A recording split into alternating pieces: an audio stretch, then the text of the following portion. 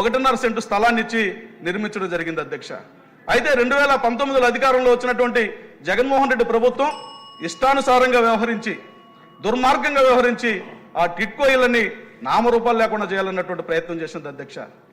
అయినా ఇప్పుడు మళ్ళీ అధికారంలోకి వచ్చినటువంటి కూటమి ప్రభుత్వం వాళ్ళు ఇచ్చినటువంటి ఇళ్లను కూడా ఇస్తామన్నటువంటి భరోసాను కల్పిస్తూ ప్రతి గ్రామంలో ఉన్నటువంటి వారికి కూడా, ఎవరైతే గ్రామాల్లో నివసిస్తున్నారో వారికి 3 సెంట్ల స్థలాన్ని, పట్టణాల్లో ఉన్నటువంటి వారికి 2 సెంట్ల స్థలాన్ని ఇవ్వబోతామని చెప్పి కూడా భరోసా కల్పించారు అధ్యక్ష. మీరు చూశారు గతంలో 1 సెంటు ఇళ్లలో ఎంతమంది ఇబ్బందులు పడ్డారో, అది కూడా పూర్తి చేయలేనటువంటి పరిస్థితి గత ప్రభుత్వంది. కాబట్టి ఇలాంటి అంటే ఒక ప్రగతి నివేదికని గవర్నర్ గారు ఇచ్చారు. గవర్నర్ గారి ప్రసంగానికి ధన్యవాదాలు తెలియజేస్తూ ఈ విషయాలన్నీ కూడా బయట జనానికి తెలుస్తాయి, పబ్లిక్ అవుతాయి. కాబట్టి దీన్ని ఏదో ఒకటి గందరగోళం సృష్టించాలన్నటువంటి వారి ప్రయత్నం మంచిది కాదని, ఇలాంటి ప్రయత్నాలు చేస్తున్నటువంటి వారికి ప్రజలు బుద్ధి చెప్తారని మరొకసారి తెలియజేస్తూ గవర్నర్ గారి ప్రసంగానికి ధన్యవాదాలు తెలియజేసుకుంటూ ఈ అవకాశం ఇచ్చినటువంటి మీకు ధన్యవాదాలు తెలియజేసుకుంటా అధ్యక్ష. సోమిరెడ్డి చంద్రమోహన్ రెడ్డి గారు. అధ్యక్ష, గవర్నర్ గారి ప్రసంగానికి ధన్యవాదాలు తెలిపే అవకాశం ఇచ్చారు. ఒకటి, నిన్న గవర్నర్ గారి ప్రసంగం వల్ల రాష్ట్రంలో ప్రజలకి, వ్యవసాయదారులకి, ఉద్యోగస్తులకి వీళ్ళందరికీ ఒక కాన్ఫిడెన్స్ వచ్చింది. ఉద్యోగాలు, ఉపాధి, పెట్టుబడులు, పరిశ్రమలు, వ్యవసాయం, నీటిపారుదల, ఈ శాఖలన్నీ ట్రాక్లో పడ్డాయననే ఒక కాన్ఫిడెన్స్ నిన్న గవర్నర్ గారి ప్రసంగంలో వచ్చే అధ్యక్ష. అయితే ఒక్క విషయం నేను తర్వాత మళ్ళీ సబ్జెక్ట్లో పోతాను అధ్యక్ష. పదే జగన్మోహన్ రెడ్డి నాకు ప్రతిపక్ష హోదా కావాలంటున్నాడు. ఆయన ఫ్లోర్ లీడర్కి అపోజిషన్కి తేడా తెలియనివాడు. మా మనోహర్ గారికి తెలుసు. అది కౌలన్ షక్దర్ దాంట్లో క్లియర్గా recognition of political parties in parliament, ఆయన బుక్లెట్లో నేను 2 మాటలు చదివి వినిపిస్తా. Speaker Mavalankar once remarked during the first Lok Sabha on request from leaders of parties regarding recognition of parliamentary parties groups. Speaker Maulankar, these principles were embodied in the directions from the speakers. చాలా క్లియర్గా ఒక్క మాటలో చెప్పారు అధ్యక్ష. They should at least be able to command a strength which would enable them to keep the house, that is, their number should not be less than the quorum fixed to constitute a sitting of the house, which is 1/10 of the total membership.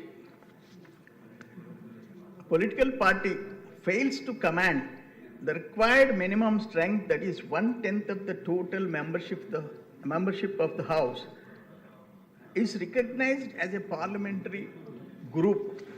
అంటే parliamentary party కింద కాకుండా group కింద. దాంట్లో in the 9th Lok Sabha, Congress I consisting 194 members in 1989, Congress I consisting 194 members, Janata Dal consisting 141 members, Bharatiya Janata Party 86 members were recognized as parliamentary parties. Communist Party of India, Marxist, consisting 32 members, was recognized as a parliamentary group in the House. In 1991, Congress A consisting 224, Bharatiya Janata Party 119, recognized as parliamentary parties. Communist Party Marxist 35 was recognized as parliamentary group. Adesha, for example, ikkada Tamil Nadu 2010లో ADMK DMK కలిసి పోటీ చేశాయి అధ్యక్ష. ఏడీఎంకేకి 0, డిఎండికేకి విజయకాంత్కి 29 సీట్లు వచ్చాయి. Leader of అపోజిషన్గా ఆయన గుర్తింపు ఇచ్చారు. తర్వాత ఒక 8 మంది పార్టీ ఫిరాయించారు. నంబర్ 21కి పడిపోయింది. ఆడ 230 చిల్లర అసెంబ్లీ స్ట్రెంగ్త్. విజయకాంత్ అపోజిషన్ లీడర్గా తొలగించేసేసారు. ఇవన్నీ ఇప్పుడు 2014లో లోక్సభలో 543 మందికి Indian national Congress 44, leader of opposition ఇవ్వలేదు. 2019లో 52 అపోజిషన్ ఇవ్వలేదు. 24లో 99 ఇచ్చారు. 2014లో రాహుల్ గాంధీ గారు సుప్రీంకోర్టుకి వెళ్ళారు. నాకు ప్రతిపక్ష నాయకుడు గుర్తింపు ఇవ్వమని సుప్రీంకోర్టు రిజెక్ట్ చేసింది. ఇవన్నీ చరిత్ర, చట్టాలు, వాటన్నిటికీ అతీతంగా నాకు ప్రతిపక్ష పార్టీ హోదా ఇవ్వండి, చంద్రబాబు నాయుడు ఎంత టైం మాట్లాడితే నేను అంత టైం మాట్లాడాలా, మాకు అర్థం కావటం లే. ప్రజలు ఇచ్చిన తీర్పుని నువ్వు స్పెషల్ బోనస్ ఇవ్వమంటున్నాడు. ఫర్ ఎగ్జాంపుల్, చంద్రబాబు నాయుడు గారు మొన్న 23 మంది ఉండి ప్రతిపక్ష నాయకుడు హోదా ఉండి ఎంత ఇల్ ట్రీట్ చేశారు, ఎంత దుర్మార్గంగా శాసనసభలో ప్రవర్తించినారు. ఆఖరణ ఒక మాట అన్నాడు అక్కడ కూర్చొని జగన్మోహన్ రెడ్డి, చంద్రబాబు నాయుడు గారుని చూపించి, నీ దగ్గర చంద్రబాబు నాయుడు దగ్గర నుంచి 5-6 మందిని సభ్యులు లాగేస్తే నీకు ఆ ప్రతిపక్ష పార్టీ హోదా కూడా ఉండదని చెప్పి నీ నోటి గుండా చెప్పావు. అంటే 23 మందిలో ఒక 6 మంది పోతే నీకు హోదా ఉండదని నీ నోటి గుండా చెప్పావు. ఇప్పుడు హోదా ఎందుకు ఇరని చెప్పేసి మాట్లాడతావు. ఇది అర్థం కాని పరిస్థితి. ఆఖరణ చంద్రబాబు నాయుడు గారు ఎంత దారుణమైన పరిస్థితి అంటే, మేము వాకౌట్ చేసేదానికి అపోజిషన్ లీడర్ అవసరంలే, ఫ్లోర్ లీడర్ మేము ఉమ్మడి శాసనసభలో చూసాం. సిపిఐ, సిపిఎం ఎవరు వాకౌట్ చేస్తామన్నా స్పీకరు మైక్ ఇస్తాడు, 2 మాటలు కారణం చెప్పి వాళ్ళు వాకౌట్ చేస్తారు. దానికి బాబు గారికి మైక్ ఇవ్వకపోతే దండం పెట్టి మాట్లాడే, ఏ కారణంతో వాకౌట్ చేస్తున్నామో కూడా చెప్పలేని పరిస్థితుల్లో దండం పెట్టి చంద్రబాబు నాయుడు గారు బయటపోయిన పరిస్థితులు మనం చూసాం. ఇక్కడ ఇవన్నీ 2014 1994 వాళ్ళ పత్రిక రాసింది. పి జనార్దన్ రెడ్డికి అపోజిషన్ ఇవ్వలేదు. P Janardhan Reddy floor leader. అటువంటివి ఫ్లోర్ లీడర్ అన్నకు తెలుసు.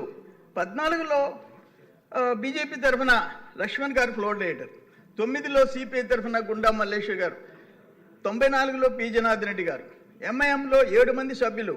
ఓవైసీ గారికి ఎప్పుడు ఫ్లోర్ లీడరే. బీజేపీ తరఫున విద్యాసాగర్ రావు గారు ఫ్లోర్ లీడర్లే. వీళ్ళందరూ గొప్ప వ్యక్తులు. వాళ్ళందరూ ఫ్లోర్ లీడర్స్గా మాకు అవమానం, మాకు ప్రతిపక్ష పార్టీ హోదా ఇవ్వమని చెప్పి అడగలే. రాహుల్ గాంధీ గారు సుప్రీంకోర్టు పోతే సుప్రీంకోర్టు తిరస్కరించింది. ఇప్పుడు నీకు ఫ్లోర్ లీడర్ కూడా ఛాన్స్ ఇస్తారు మాట్లాడేదానికి, నీకు గౌరవిస్తారు. స్పీకర్ గారు, మీరైనా స్పీకర్ గారు, నువ్వేం కావాలని కోరుతుండవు? విమానం టికెట్లు లేకపోతే రైలు టికెట్లు మేము కొనిస్తాం చందాలు వేసుకొని. ఎక్స్ట్రా ఏంటి? విమానం టికెట్లు ఫ్రీ, రైలు టికెట్లు ఫ్రీ, కారుకు డీజిల్ ఫ్రీ, కారుకి అలవెన్సు, నీ పిఏ, నీ బంటు, వాడికి కూడా మేమే ఇస్తాం జీతాలు. ఇంత ఇమ్మెచ్యూర్డ్గా అసలు ఏం మాట్లాడుతున్నారు మీరు? 11 మంది సభ్యులు ఉంటే శాసనసభకు రామంటే ఆ నియోజకవర్గాల్లో ఆ ప్రజలకి ప్రాతినిధ్యం వహించే శాసనసభలు ఎన్నికల్లో గెలిచి మేము శాసనసభకే బాగుంటే, శాసనసభ అంటే చట్టాలు చేసే సభ, ఆ ప్రజలకి ప్రతినిధిగా మీ వాయిస్ ఇక్కడ వినిపించాలా? అటువంటిది రామన్నప్పుడు నిజంగా మీకు పద్ధతి ఉంటే రిజైన్ చేసేసి అలా ఉప ఎన్నికలు ఎదుర్కోవాలి. ఉప ఎన్నికలు ఎదుర్కొంటే ఆ పులివెందలు కూడా రాదని ఒక భయం, 60 రోజులకు ఒకసారి సంతకం పెట్టిపోతాం.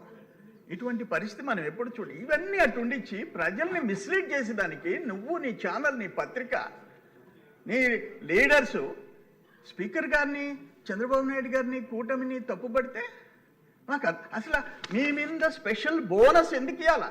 అంటే మీ ప్రవర్తన చూసి ఇవ్వాలన్నా? ఏం మాట్లాడుతున్నాను? ఏం మాట్లాడుతున్నారు? మేము మళ్ళీ వస్తా, అందరినీ లోపలేస్తా. ఈయనేమో చంద్రబాబు నాయుడు దగ్గర నుంచి, కూటమి నాయకుల దగ్గర నుంచి పట్టుపువ్వులు వేస్తానంటాడు. అన్నా, గవర్నర్ గారి ప్రసంగం గురించి మాట్లాడరా? టైం అయిపోతుంది అంతే. పర్వాలేదు. అంటే నేను అనేది ఏంటంటే ప్రజలకి ఒక రాంగ్ మెసేజ్ ఇస్తున్నారు, దాన్ని ఈ సభ నుంచి చెప్పుకోవాల్సిన అవసరం ఉందని చెప్పేసి నా ఉద్దేశం. మీ ఉద్దేశం, సదుద్దేశం, సమయం కూడా మెయింటైన్ చేయాలి కాబట్టి. Sorry, 1 minute. అందుకని ఏంటంటే ఇప్పుడు వీళ్ళు చెప్పేది పచ్చి అబద్ధాలు, రోత పత్రికలో రాసే రాతలు, ఇవన్నీ చూస్తుంటే చాలా దారుణంగా ఉన్నాయి. అందుకని నేను ఒకటే చెప్తున్నాను, వాళ్ళకి దమ్ముంటే శాసనసభకు రమ్మనండి, వాళ్ళ వాయిస్ వినిపించమనండి, అబ్జెక్షన్స్ ఉంటే చెప్పమనండి. మీకు మాకు తేడాలు 100 ఉన్నాయి. మీరు ఆఖరాన పరిస్థితి ఏం చేశారు? రాష్ట్రాన్ని శాఖలు మూసేశారు, నీటిపారుదల శాఖ మూసేసినారు, వ్యవసాయ శాఖ మూసేసినారు, R&Bని వదిలేసేసినారు. సెంట్రల్ గవర్నమెంట్ ఫండ్స్, కేంద్ర ప్రభుత్వ నిధులు, జేజేఎం, జల్ జీవన్ మిషన్, ఇంటింటికి కుళాయి ఎక్కడుంది ఈరోజు పరిస్థితి? ఎంత దారుణం! వీటన్నిటికీ కారణం ఎవరు? ఒక ఎగ్జాంపుల్ చెప్తా మీకు. Andhra Pradesh integrated irrigation and agriculture transformation project APII-ATP 1000 చెరువులు, 2,26,522 ఎకరాలు, 12 జిల్లాలు, టోటల్ ప్రాజెక్ట్ కాస్ట్ 1,600 కోట్లు, 1,120 కోట్లు వరల్డ్ బ్యాంక్ 70%, 480 కోట్లు రాష్ట్ర ప్రభుత్వం 30%. తెచ్చింది ఎవరు? 18-19లో తెలుగుదేశం ప్రభుత్వం, 18-19లో 7 ఇయర్స్లో కంప్లీట్ కావాలా, 2018-19 నుంచి 2024-25 కంప్లీట్ కావాలా. ఏమైపోయింది? ఆగ్రహణ కారణం వాళ్ళది డబ్బులు లేవు. Due to fiscal stress on the state, the project cost is down size to 720 crores, which covers only 536 tanks. 1000 చెరువుల్ని 536 చెరువులకి తగ్గించి 1,600 కోట్లని 720 కోట్లకి తగ్గించి 2,26,552 ఎకరాల ఆయకట్టుని స్టెబిలైజేషన్ని 1,40,000కి తగ్గించి, ఏంటి నీకు 7 ఇయర్స్లో 70% వరల్డ్ బ్యాంక్ ఇస్తుంటే, తెలుగుదేశం టైంలో చంద్రబాబు నాయుడు గారు ముఖ్యమంత్రిగా శాంక్షన్ చేయించిపోతే నువ్వు చేతులెత్తేసి దాన్ని కట్ చేసేసి <50% కట్ చేసి పారేసేసి 1,600 కోట్లని 720 కోట్లకి తగ్గించేసి ఏం సమాధానం చెప్తామంట? ఇది ఒక్కటి కాదు నేను చెప్పేది. AIBP, NDB, new development bank, NDB, AIIB, Asian infrastructure investment bank, AP, నేను చెప్పాను already, integrated irrigation of agriculture transformation project. వీటన్నిటినీ నేను బటన్ నొక్కుతాను. Micro irrigation 60% central government, drip and sprinklers, బిందు తుంపర్ల సేద్యం. మన టైంలో ఒక్కొక్క సంవత్సరంలో 1,200-1,300 కోట్లు ఖర్చు పెట్టాం, మోతేసేసావు. మెకనైజేషన్ మోతేసేసేసావు. ఇవన్నీ ఆఖరణ కేంద్ర నాబార్డ్ ఫండ్స్ అవి కూడా ఖర్చు పెట్టలేకపోయినావు, జేజేఎం చేయలేకపోయినావు.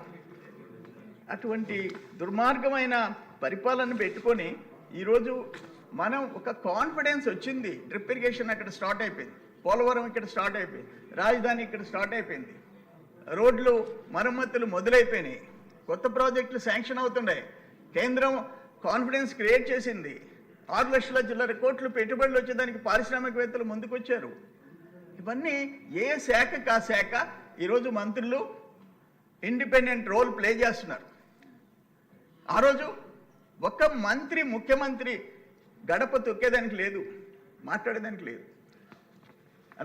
నాకు చెప్పినారు, కన్నబాబు ఇరిగేషన్ మినిస్టర్ ఉంటే పులివెందుల రాయలసీమ వాళ్ళు వచ్చి మాకు డ్రిప్ ఇరిగేషన్ మూసేశారు, తెలుగుదేశం టైం బెటరు, మా రాయలసీమలో బిందు తుంపర్ల సేద్యం లేకపోతే మేము మూల కూర్చోవాలా అంటే, కన్నబాబు మీకెందుకు నేను పోతా అని చెప్పి పోయి ఆనాటి ముఖ్యమంత్రి తిరిగిపోతే, బియన్ యువర్ లిమిట్స్, నీ బటన్ నొక్కేయి తప్ప ఇంకొకటి నా దగ్గరికి తేవద్దు, వెళ్ళిపో.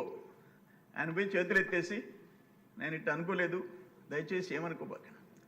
అది ఆనాడు అగ్రికల్చర్ మినిస్టర్ కన్నబాబు, అది అసలు అగ్రికల్చర్ మినిస్టర్.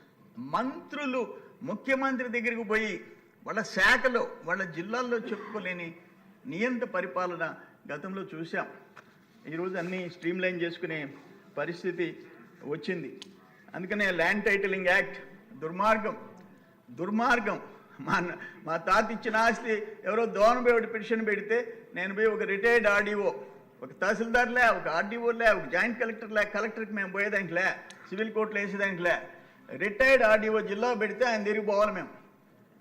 ఆయన నో అంటే 15 రోజుల్లో ఒక రిటైర్డ్ ఆఫీసర్ స్టేట్ లెవెల్లో ఆయన నో అంటే హైకోర్టుకు పోవాలి. ఎంతమంది పేదోళ్ళు పోతారు? ఇమ్మీడియట్గా ఆ ల్యాండ్ టైటిలింగ్ యాక్ట్ రద్దు చేయటం నిజంగా ఒక కాన్ఫిడెన్స్ పాపం పేదోళ్ళ విషయంలో కలిగింది. అందుకని ఈ భూ కుంభకోణాలన్నీ కూడా ఆ ప్రీ హోల్డ్ని అడ్డం పెట్టుకొని పేదోళ్ళ దగ్గర 5 లక్షలకి 10 లక్షలకి తీసుకొని వాళ్ళు జనరల్ పవర్ ఆఫ్ అటార్నీ సంతకం పెట్టుకొని అమాయకుల దగ్గర నువ్వు దాన్ని పట్టా కింద మార్చుకొని నువ్వు పట్టా ఓనర్లు అయిపోయినారు వైసీపీ నాయకులు. ఆ పేదోళ్ళు భూములు పోగొట్టుకున్నారు. ఇటువంటి పరిస్థితి మేము 40 yearsలో జనంలో ఉన్నాం, మేము చూడలే. రీసర్వే పేరుతో నా పొలం సర్వే కావాలంటే ఆ 50 రూపాయలు 100 రూపాయలు చలాన్ కడతా సర్వే చేసి పోతారు. ఎవడన్నా కొనుక్కునేవాడు సర్వే అంటే చలాన్ కట్టుకుంటాడు. భూములన్నీ సర్వే చేసి అదొక పెద్ద ఈరోజు పెద్ద సమస్యగా మారిపోయే పరిస్థితి రావటం దురదృష్టకరం. అల్టిమేట్గా నేను చెప్పేది ఏంటంటే ఈరోజు కూటమి ప్రభుత్వం మోడీ గారు ఒక అండగా నిలబడ్డారు మనకి. పవన్ కళ్యాణ్ గారు ఒక ఫోర్స్, బాబు గారు ఒక అనుభవజ్ఞుడు. అందరం కలిసి ఈ ఏదైతే రాంగ్ ట్రాక్లోకి వెళ్ళిపోయిందో దాన్ని మళ్ళీ గాడిని పెట్టేదానికి మనం అందరం కష్టపడాల్సిన అవసరం ఉంది.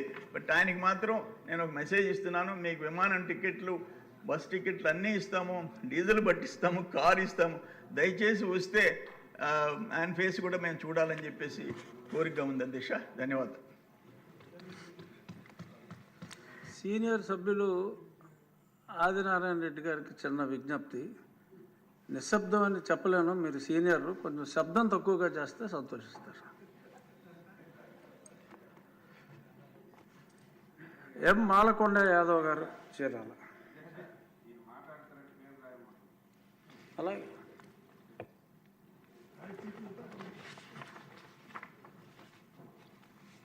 గవర్నర్ ప్రసంగానికి ధన్యవాదాలు చెప్పే అవకాశం నాకు కల్పించినటువంటి సభాపతికి, సభకి అందరికీ ముందుగా నమస్కారాలు. నిన్న గవర్నర్ గారు ప్రసంగించినటువంటి విషయంలో కూటమి ప్రభుత్వం వచ్చిన తర్వాత గత 8 నెలల్లో ఏ రకంగా అభివృద్ధి జరిగింది, రాబోయే రోజుల్లో ఏం చేయబోతున్నాం అనేటువంటిది చాలా స్పష్టంగా వారు చెప్పడం జరిగింది. వారికి ఈ సందర్భంగా ధన్యవాదాలు. గతంలో శాసనసభలో మంత్రులుగా 2014 నుంచి 2019 వరకు జరిగినటువంటి మంత్రివర్గం కానీ ఇప్పుడున్న మన మంత్రులు కానీ చేస్తున్న విధానానికి అప్పుడున్నటువంటి విధానానికి ఎంత తేడా ఉందన్న విషయం ప్రజలు గమనిస్తున్నారు. మనం వచ్చిన తర్వాత కనీసము ఒక ఇరిగేషన్ విషయం మొట్టమొదట రావడంతోనే పెన్షన్ కార్యక్రమాన్ని కంప్లీట్ చేసింది కూటమి ప్రభుత్వం. ఆ తర్వాత ఇమీడియట్గా పాలన తెలిసినటువంటి వాళ్ళకి తెలియని వాళ్ళకి ఎంత తేడా ఉందంటే 5 సంవత్సరాలు ఒక్క కాలంలో పూడికి తీయాల, ఎక్కడ కూడా తూటాకు తీసినటువంటి సందర్భం లేదు. ఇమీడియట్గా మన గవర్నమెంట్ వెంటనే ఫండ్స్ ఇస్తే దాని ద్వారా కాలువలన్నీ బాగు చేసుకొని ఈ రోజున ధైర్యంగా వ్యవసాయ మంత్రి గారు కూడా చేసినటువంటి అనేకమైనటువంటి కార్యక్రమాల్లో ధాన్యం పోయిన గవర్నమెంట్లో ధాన్యం అమ్మితే డబ్బులు ఇవ్వలేదు, మళ్ళీ ఆ అప్పులు కూడా మనమే తీరుస్తున్నాం. అలాగే విద్యాశాఖ విధానానికి వెళ్తే నేరుగా తల్లిదండ్రుల అకౌంట్లో డబ్బులు వేస్తా అన్నాడు. ఏం వేశాడు? ఆ డబ్బులు వేయకపోవడం వల్ల అనేక మంది విద్యార్థులు ఈరోజు డ్రాప్అవుట్స్గా మిగిలిపోయారు. అలాగే ఆరోగ్యశ్రీ విషయంలో కానీ దేన్ని కూడా పట్టించుకోవాలి. హెల్త్ విషయంలో మన గవర్నమెంట్ వచ్చిన తర్వాత ఈరోజు CMRF ఫండ్స్ మనం ఏ రకంగా ఇచ్చాం, ఎంతమందిని ఆదుకున్నాం. అలాగే ఇరిగేషన్లో పూర్తిగా పోలవరాన్ని అన్నిటిని అటకెక్కించారు.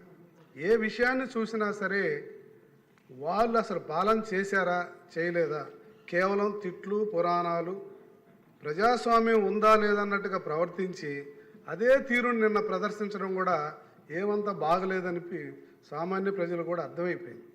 కాబట్టి ఇదే పరిస్థితి వీళ్ళు కంటిన్యూ ఎందుకు చేశారు?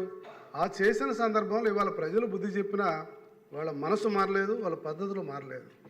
అక్కడే కూర్చొని ప్రతిపక్ష నాయకుడు ఒక 4గురిని పోయి చిన్నపిల్లలతో గోల్ చేసినట్టు గోల్ చేయించి రెండు వెనక్కని మనందరం చూస్తున్నప్పుడే వెనక్కి పంపించాడు. ఇది ఆయన ఏమనుకుంటున్నాడు తెలియదు అనుకుంటున్నాడు, కానీ తెలుస్తుంది. అసలు ఈయనకి అడ్మినిస్ట్రేషన్ అనేది తెలియదు అనేది నా అభిప్రాయం. ఎందుకంటే గతంలో మంత్రులు ఎలా చేశారు, సరిగ్గా వాళ్ళ నాన్నగారు కూడా ఏం చేశాడు ఏది తెలియట్లేదు. ఈ వ్యక్తి గురించి ఎంత తక్కువ మాట్లాడితే అంత మంచిది. ఇవాళ మనం చేసినటువంటి కార్యక్రమాలు ప్రజలు ఎంత ఆనందంగా ఉన్నారంటే, కేవలం ఎన్ఆర్జీఎస్ గూగుల్ సెట్స్ లాంటివి ఇస్తే మేము గ్రామాల్లోకి వెళ్తే వాళ్ళు ఎంత ఆనందపడుతున్నారు. ఆ అభివృద్ధి చూసి వాళ్ళు చాలా సంతోషపడుతున్నారు. ఎప్పుడు వీటన్నిటికంటే కూడా మేము ఇప్పుడు ప్రజాస్వామ్యంలో ఉన్నామన్న ఫీలింగ్ ఉంది. కానీ ఆ రోజున కనీసం మాట్లాడడానికి ఎలక్షన్ ముందు కూడా చూసినట్టుగానైతే ఒక్కరంటే ఒక్కరు కూడా మాట్లాడిన పరిస్థితి లేదు. మరీ ముఖ్యంగా నాలాంటి నియోజకవర్గం అయితే నోరెత్తిన పాపాన పోలా, అసలు ఓటేస్తారా ఏరు కూడా తెలియనటువంటి పరిస్థితి ఉండేది. అటువంటి పరిస్థితి నుంచి ఈరోజు మనం ఏం చేస్తున్నాం, ఏం చేయబోతున్నాం అన్నది పూర్తిగా గవర్నర్ గారి ప్రసంగం జరుగుతుంటే అది వినడం మానేసి అసలు ఏం అడగాలో అది అడగలే వాళ్ళు అడగడానికి చాలా ఉన్నాయి. ఈరోజు మనం ప్రారంభం చాలా విషయాలు ప్రజాక్షేత్రంలో చెప్పిన వాటికి సమాధానం చెబుతున్నాం, పని చేస్తున్నాం, మనం నమ్ముతున్నారు. కేంద్ర ప్రభుత్వం ఇచ్చినటువంటి హౌసింగ్ విషయంలో కానీ జలజీవన విషయంలో కానీ ఏది ఇచ్చినా కూడా ఒక్కటి కూడా మ్యాచింగ్ గ్రాంట్ లేకుండా ఆయన చేసిన పాపాన పోలేదు. ఇన్ని పనులుండగా కేవలం ఆయన గురించి మాట్లాడాలంటే మనకే అసహ్యం వేసే పరిస్థితి వచ్చింది. కేవలం మొదలు పెడతాం, ఎవడన్నా మాట్లాడితే వాడిని తీసుకెళ్ళిపోవడం, పోలీసుల ద్వారా ఇచ్చేయడం, మనకి కూడా ఇబ్బంది జరిగింది. నేను ఫస్ట్ ఇక్కడ ప్రమాణ స్వీకారం జరుగుతుంటే నా నియోజకవర్గం రేప్ అండ్ మర్డర్ అయింది. ఇమీడియట్గా హోమ్ మినిస్టర్ గారు మేము వెళ్ళిపోయి అప్పటికప్పుడు సమస్య పరిష్కారం చేశాం. ఈరోజు ఎక్కడ చూసినా సరే సీసీ కెమెరాలు ఏ పోలీస్ స్టేషన్లో అయినా, ఇక్కడ ఏదైతే డీజీపీ ఆఫీసులో ఉందో ఈరోజు చీరాల లాంటి ఊరిలో కూడా అటువంటి కెమెరాలు పెట్టి అక్కడ ఉన్నటువంటి పరిస్థితిని కంట్రోల్ చేసే పొజిషన్కి మనం వెళ్తాం. వాళ్ళు ఏం చేస్తున్నారు, ఎవడో ఒకడు కనీసం ఆ యొక్క కోవిడ్ సమయంలో కూడా బయటకు వస్తే వాళ్ళు కొట్టి చంపినటువంటి సందర్భాలు, మహిళల మీద వాళ్ళు చేసినటువంటి అగత్యాలు ఏంటి, ఇవన్నీ మనం వాళ్ళని ఎండగట్టాం. ప్రజలకు అర్థమైంది కాబట్టి వాళ్ళ ఇంటికి వెళ్ళారు. ఇప్పటికైనా బుద్ధి రాలేదనేది నా అభిప్రాయం. బుద్ధి వస్తే నిన్న ఆ ప్రవర్తన అట్లా చేయరనేది నాకు నా అభిప్రాయం. ఏదైనప్పటికీ కూడాను మన ప్రభుత్వం ఏం చేయబోతుందన్న విషయాన్ని కూడా స్పష్టంగా ప్రజలకు అర్థమయ్యేటట్టుగా చెప్పగలిగాం. అలాగే రేపు కూడా ధీటైన సమాధానం వాళ్ళకి సమాధానం చెప్పబోతున్నాం. వాళ్ళు ఇంకా రాలేరు ఇక్కడికి, ఎట్టి పరిస్థితులు వచ్చే ధైర్యం వాళ్ళకి లేదు. కాబట్టి మనం చాలా ధైర్యంగా ముందుకెళ్ళి ఈ రోజున మన మంత్రులు ఏ పరిస్థితులు ఉన్నారు, మేము అడిగితే నీకేం కావాలో చెప్పు మేము చేస్తాం, నీకు ఇల్లు కావాలా ఇస్తాం, లేదు నీకు ఏం కావాలో చెప్పు గవర్నమెంట్ హాస్పిటల్కి నీకేం కావాలో చెప్పు ఇస్తాను, లేకపోతే వ్యవసాయ మంత్రి గారు ఉన్నారు ఏవైనా మందులు కానీ ఏవైనా సరే ఏం కొరత ఉంది మన దగ్గర అన్ని ఇత్తనాలతో సహా అన్నీ ఇస్తున్నాం. ఈరోజు ధాన్యం కొంటున్నాను మన వాళ్ళు, ఎక్కడైనా ఇబ్బంది వస్తే ఇమీడియట్గా మనం పోయి ఆ కలెక్టర్ గారికి చెప్తే ఆ పని జరుగుతుంది. అలాగే సివిల్ సప్లై మంత్రి గారు ఉన్నారు ఇక్కడ ఉన్నటువంటి టూరిజం ఉంది, అడగటం మాది లేటు కానీ మంత్రులు స్పందించే విధానం నాకు చాలా బాగా నచ్చిందని చెప్పేసి తెలియజేస్తూ ఈ అవకాశానికి ధన్యవాదాలు. చాలా సంతోషం, ఎందుకంటే సమయపాలన చాలా అద్భుతంగా చేశారు. కొండయ్య గారిని ఫాలో అవ్వాలని చెప్పి అందరినీ కోరుకుంటూ ఇప్పుడు ఎన్ ఈశ్వరరావు గారు ఇస్తానండి. మీరు ఇప్పుడు చెప్పిన వెంటనే ఎలా ఇచ్చేస్తారు?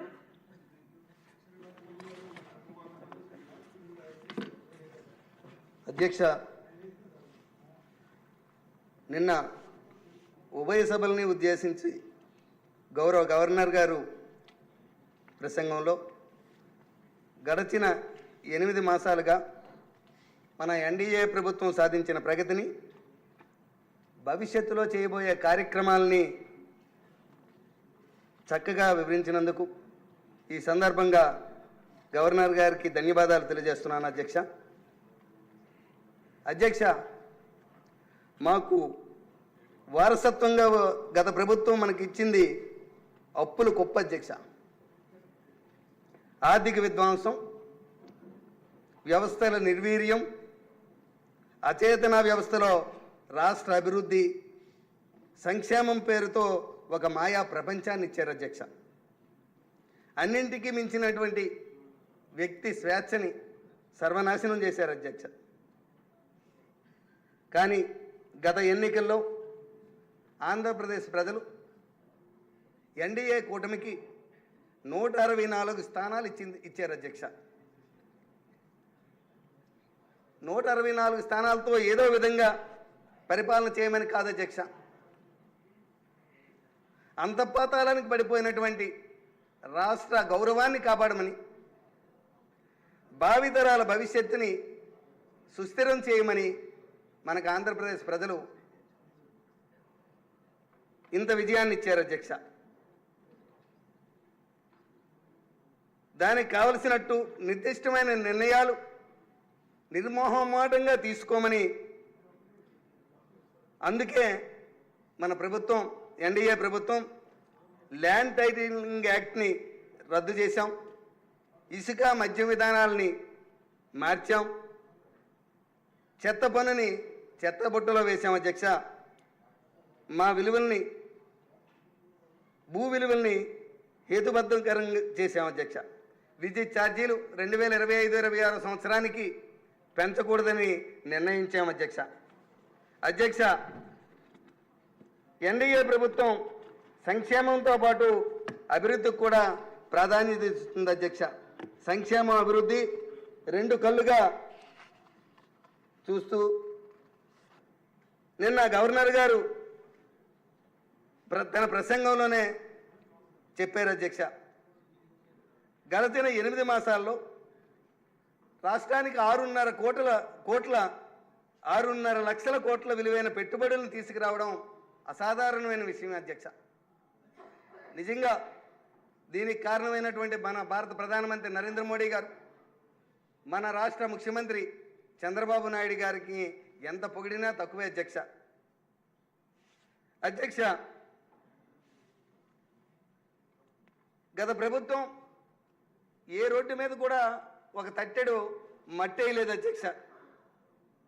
అటువంటి పరిపాలన నుంచి, అటువంటి పరిస్థితి నుంచి మనం పట్టుదలతో పనిచేసాం అధ్యక్ష. ఈ 8 మాసాల్లో గోతులు పడిన రోడ్లన్నీ బాగు చేయించి, ఒక రోడ్లే కాదు అధ్యక్ష, వ్యవస్థలు, గోతులు పడిన వ్యవస్థలను కూడా బాగు చేస్తూ మన ఎన్డీఏ ప్రభుత్వం సంక్షేమం, అభివృద్ధి దిశగా ముందుకెళ్తున్నాం అధ్యక్ష. అధ్యక్ష, మనం ఈ విషయంలో కేంద్ర ప్రభుత్వ సహకారం తీసుకొని ఆగిపోయిన పోలవరం ప్రాజెక్టుని ముందుకు తీసుకెళ్తున్నాం. ఆగిపోయిన రాజధాని పనుల్ని కేంద్ర ప్రభుత్వం నుంచి ఆర్థిక సహకారం పొందుతున్నాం. అలాగే అమరావతికి రైలు మార్గం కూడా, అలాగే విశాఖ స్టీల్ ప్లాంట్, సంక్షేమంలో ఉన్న విశాఖ స్టీల్ ప్లాంట్కి ఆర్థిక సహాయం పొందుతున్నాం అధ్యక్ష. గత 5 సంవత్సరాల్లో రైల్వే జోన్కి స్థలాన్ని కేటాయించలేకపోయిన ప్రభుత్వం నుంచి ఈరోజు మనం రైల్వే జోన్ ఏర్పాటు చేసుకున్నాం. భోగాపురం అంతర్జాతీయ విమానాశ్రయం పనులు వేగవంతంగా సాగుతున్నాయి అధ్యక్ష. ఇలా అనేక కార్యక్రమాలు. గత 2 నెలల క్రితం స్వయంగా ఉత్తరాంధ్రకు వచ్చి భారత ప్రధానమంత్రి నరేంద్ర మోడీ గారు సుమారు 2 లక్షల పైగా కోట్ల పనులతో మనకి భూమి పూజలు చేశారు అధ్యక్ష. కొన్ని శంకుస్థాపనలు కూడా చేశారు అధ్యక్ష. దానితో మన రాష్ట్ర అభివృద్ధే కాదు, ఉత్తరాంధ్ర రూపురేఖలు కూడా మారిపోతున్నాయి అధ్యక్ష. అధ్యక్ష, మన ప్రభుత్వం రైతాంగం కోసం ధాన్యం కొనుగోలు చేస్తూ రైతులందరికీ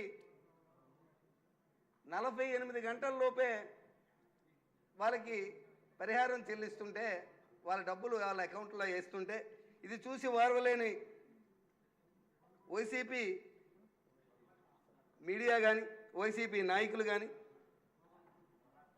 తీవ్రమైన విమర్శలు చేస్తున్నారు అధ్యక్ష.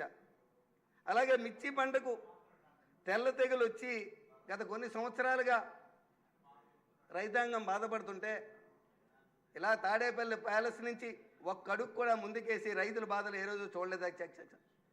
వరదలు వస్తే రెడ్ కార్పెట్ వేసుకొని రైతులను పరామర్శించిన వైనం చూసాం అధ్యక్ష. ఈరోజు ఈ వైసీపీ నాయకులు, వారి మీడియా, వారి పత్రికలు డ్రామాలు ఆడుతూ వారు చేస్తున్న డ్రామాలు చూస్తుంటే నా భూతో నా భవిష్యత్తు అనిపిస్తుంది అధ్యక్ష. అధ్యక్ష, అస్తవ్యస్తమైనటువంటి ఇసుక మద్యం పాలసీలతో పేద బడుగు బలహీన వర్గాలన్నీ ఇంకా పేదవారైపోయారు అధ్యక్ష. గత 5 సంవత్సరాల్లో వారి ఆరోగ్యం కానీ వారి ఆర్థిక పరిస్థితులు కానీ చిన్నాభిన్నం అయిపోయాయి అధ్యక్ష. ఈరోజు చిక్కటి చిరునవ్వుతో చక్కటి అబద్ధాలు ఆడుతున్నాడు అధ్యక్ష ఆ నాయకుడు. అధ్యక్ష, ఈ మధ్య కొత్త తరహా రాజకీయ నాయకులు వచ్చారు అధ్యక్ష. కొత్త తరహా బిచ్చగాళ్ళు వచ్చారు అధ్యక్ష. రాజకీయ బిచ్చగాళ్ళు అధ్యక్ష. బిచ్చగాళ్ళు మామూలుగా భిక్షం అడుక్కుంటారు అధ్యక్ష. ఈ రాజకీయ బిచ్చగాళ్ళు మాకు డిమాండ్ చేస్తున్నారు అధ్యక్ష. మనని బిచ్చగాడు మాకు 100 నీకు దమ్ము ధైర్యం ఉంటే ఒక 100 రూపాయలు ఇస్తావా అని అడిగినట్టు అడిగితే మనం ఎంత నిర్గాంతపోతామో అలాగే ఈరోజు సభలోకి వచ్చి మాకు ప్రతిపక్ష హోదా ఇస్తావా లేదా అని నిలదీస్తున్నారు అధ్యక్ష. సిగ్గుచేటు అధ్యక్ష ఇది. అధ్యక్ష, ఆ నాయకుడు 12వ తరగతి పాస్ అవ్వలేదు అధ్యక్ష. డిగ్రీ సీట్ అడుగుతున్నాడు. డిగ్రీ కాదు అధ్యక్ష, పీజీ సీట్ అడుగుతున్నాడు. ఇంకా 11వ తరగతిలో ఉన్నాడు అధ్యక్ష. అప్పుడే అతనికి డిగ్రీ సీట్ కావాలి లేదా పీజీ సీట్ కావాలి అధ్యక్ష. ప్రజాస్వామ్యాన్ని పరిహాసం చేస్తున్నారు అధ్యక్ష. ప్రజాస్వామ్యానికి దేవాలయం అయినటువంటి ఈ సభలో గౌరవ గవర్నర్ గారు ఉభయ సభల సభాధిపతులు ఉండగా గవర్నర్ గారు మాట్లాడుతుండగా ఈ 11 మంది వచ్చి పేపర్లు చించి వారి మీద వేయటం చాలా అమానుష్యం అధ్యక్ష. రాజ్యాంగాన్ని పరిహాసం చేస్తున్నారు అధ్యక్ష. రాజ్యాంగానికి ప్రతిరూపమైనటువంటి గవర్నర్ గారిని మనం వ్యవస్థలో ప్రజాస్వామ్య వ్యవస్థలో అతి ముఖ్యమంత్రి రాష్ట్ర పాలనలో అతి ముఖ్యమైన పాత్ర గవర్నర్ గారిది అధ్యక్ష. అటువంటి గవర్నర్ గారిని అవమానం చేయటం చాలా అమానుషం అధ్యక్ష. అధ్యక్ష, ఈ సిగ్గులేని నాయకుడు మడం తిప్పం మాట తప్పం మడం తిప్పం అని గత వాళ్ళ ప్రభుత్వాన్ని ఒక స్వర్ణయుగంగా పరిహసించడం నిజంగా చాలా దారుణం అధ్యక్ష. నిజంగా ఆ విషయం చూస్తే గత ప్రభుత్వం అంట స్వర్ణయుగం అంట సార్ అధ్యక్ష. అటువంటి మాటలు చూస్తే నిజంగా సిగ్గేస్తుంది అధ్యక్ష. అధ్యక్ష, జగన్ పాలనలో చరిత్ర సృష్టించామంటున్నారు. ఆ చరిత్ర ఏంటంటే కిలోమీటర్ల పొడవునా పరదాలు పరచడం అధ్యక్ష, చెట్లు కొట్టించడం అధ్యక్ష. అధ్యక్ష, ఇటువంటి చిక్కటి చిరునవ్వు గల నాయకుడు ప్రజాస్వామ్యాన్ని పరిహాసం చేస్తూ 117 జీవోని రద్దు చేసి జీవోని పెట్టి స్కూళ్ళన్నీ మూత వేయించాడు అధ్యక్ష. వరదల్లో రెడ్ కార్పెట్ వేసి రైతులకేమో పరామర్శించేయడం అధ్యక్ష. అధ్యక్ష, ఈ నాయకుడి కోసం ఇందాక పెద్దలు చెప్పినట్టు ఇతడు చేసిన దుర్మార్గాలు ఎన్ని చెప్పినా మనకి 5 సంవత్సరాలు కూడా సరిపోదేమో అధ్యక్ష. అధ్యక్ష,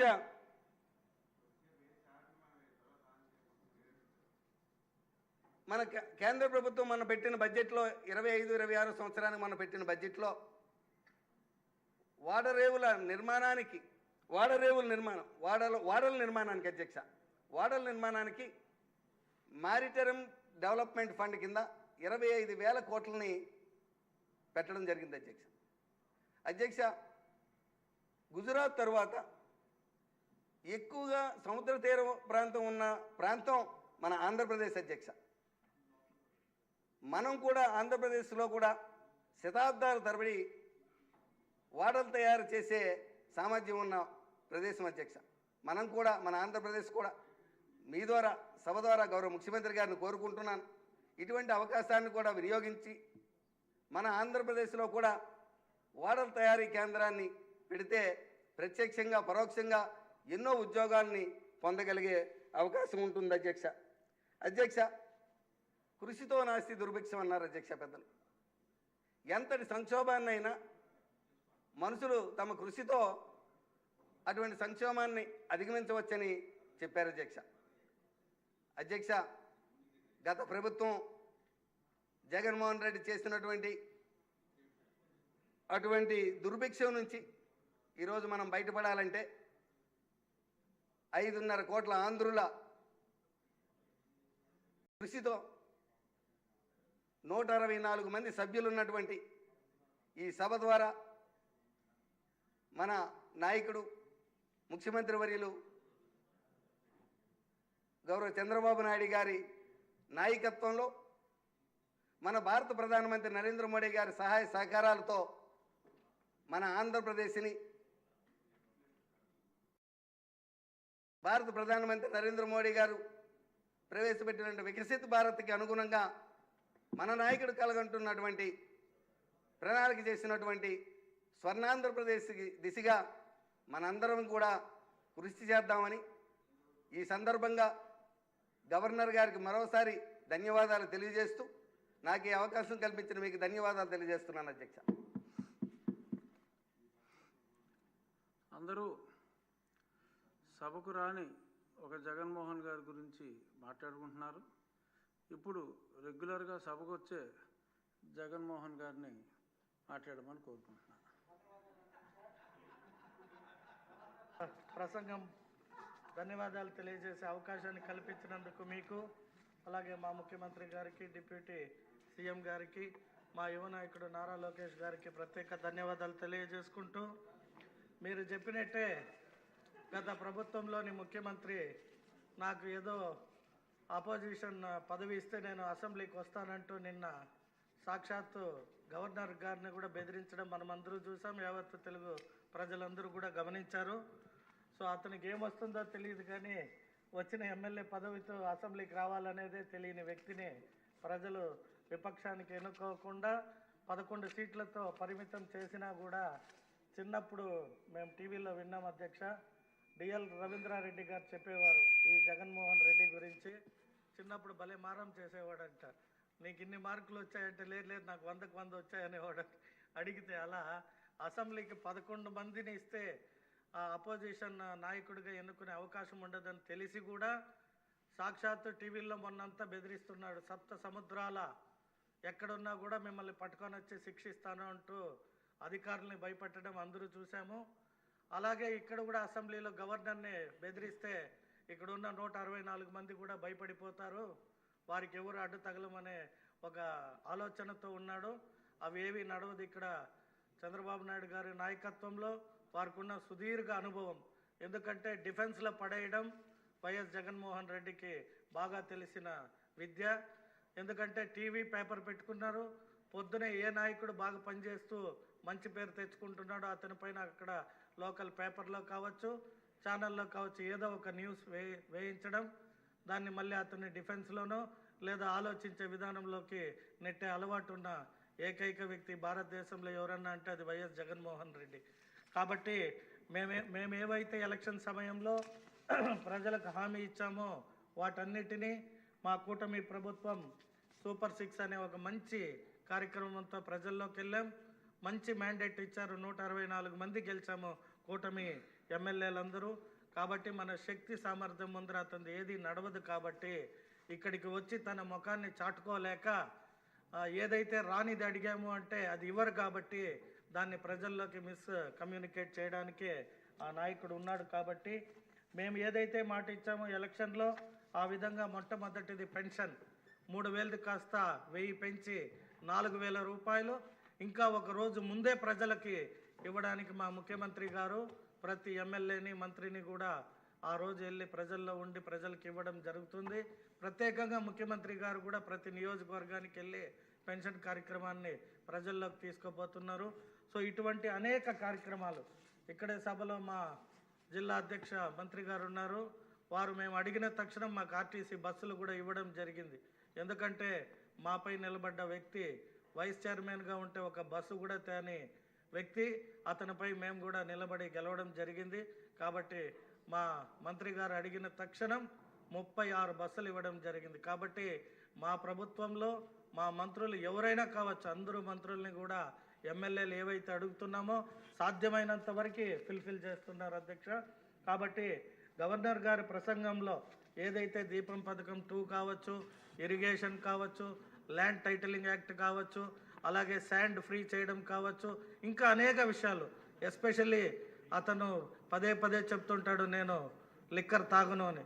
బట్ ఆంధ్ర ప్రజలకు మాత్రం సొంత కంపెనీలు పెట్టి అవేవో పేర్లు ప్రెసిడెంట్ మెడల్ 3 రాజధానీలు ఎట్లా 3 రాజధానీలకు శంకుస్థాపన కూడా చేయలేక కాబట్టి ఆ లిక్కర్ బాటిల్కి శంకుస్థాపన చేసి 3 క్యాపిటల్స్ అని ఏవేవో పేర్లతో ప్రజలపై పిచ్చి మందుని అమ్మి ప్రభుత్వంకి చెడ్డ పేరు తెచ్చిన ఆ గత ప్రభుత్వం ఇప్పుడు మన ముఖ్యమంత్రి గారు వచ్చిన తక్షణం వాటన్నిటిని రద్దు చేసి ప్రజలకు కూడా మంచిగా అన్నిట్లో అది ఒక డెవలప్మెంట్లోనే కాదు, ఉద్యోగరీత్యా అయితే అనేక దావాస్ వెళ్ళి అదే షర్టు ప్యాంటు అంత ప్రతి ఒక్కరూ కోట్లు చలికి రకరకాల కప్పుకొని ఉంటే కూడా మా ముఖ్యమంత్రి గారిని టీవీల్లో మీటింగ్లలో చూసాం. సేమ్ యాజ్ ఇట్ ఈజ్గా ఇక్కడ ఎలా ఉంటారో అక్కడ కూడా అలాగే ఉంటూ రాష్ట్రానికి నిధులు కంపెనీలు తెచ్చే వేటలో ముందు ఉంటారు. మన భారతదేశంలోనే కియా కంపెనీ అనంతపూర్కి వచ్చాక అనేక మందికి ఉపాధి కలిగింది. అలాగే ఇప్పుడు ఇంకా ఎన్నో కంపెనీలు టెస్లాని కూడా ఆంధ్రాకి తేవాలని వారు ప్రయత్నం చేస్తున్నారు. వారి ప్రయత్నానికి ఆ భగవంతుడి అర్చకులకు కూడా మంచి స్కీమ్ పెట్టారు. 15,000 రూపాయలు గౌరవ వేతనం కూడా పెంచారు ఆలయాల్లో అర్చకులకి. అలాగే నాయ బ్రాహ్మణులకు కూడా 25,000 పెంచారు. కాబట్టి వీరందరినీ నేను రేపు శివరాత్రి కాబట్టి ప్రతి దేవాలయంలో నారా చంద్రబాబు నాయుడు గారు అనే వ్యక్తి, అలాగే కూటమి ప్రభుత్వం ఎప్పుడు ఈ 5 ఏళ్ళు బాగా కలిసి అభివృద్ధి చేసుకునే విధంగా ఎటువంటి ఆటంకాలు లేకుండా వారికి గౌరవ వేతనాలు పెంచినందుకు ఈ ప్రభుత్వం పైన మంచి పూజలు చేసి ఆ శివపార్వతుల్ని పూజ చేసి అటువంటి వ్యక్తిని అసెంబ్లీకి కూడా రానియకుండా చూసుకునే బాధ్యత ఆ అర్చకుల పైన కూడా ఉందని తెలియజేసుకుంటూ, ఎలాగో మా మిత్రులందరూ కూడా గవర్నర్ ప్రసంగం పైన చాలా చక్కగా మాట్లాడారు కాబట్టి నాకు ఇచ్చిన ఈ అవకాశానికి ధన్యవాదాలు తెలియజేసుకుంటూ సెలవు తీసుకుంటాను. ఎంఎస్ రాజు గారు మడకాసిర. ధన్యవాదాలు అధ్యక్ష. గవర్నర్ గారి ప్రసంగానికి ధన్యవాదాలు చెప్పే అవకాశం కల్పించిన గౌరవ స్పీకర్ గారికి, గౌరవ ముఖ్యమంత్రి గారికి ధన్యవాదాలు తెలియజేస్తూ, మన రాష్ట్రం గత 5 ఏళ్లలో 25 సంవత్సరాలు వెనకబడిపోయిందని చెప్పేసి గవర్నర్ గారు మాట్లాడిన మాటలు 100% ఏకీభవిస్తున్నాను అధ్యక్ష. అదేవిధంగా అనేక ఆటుపోట్ల మధ్య రాష్ట్ర బ్రాండుని ప్రపంచ స్థాయిలో నిలబెట్టేందుకు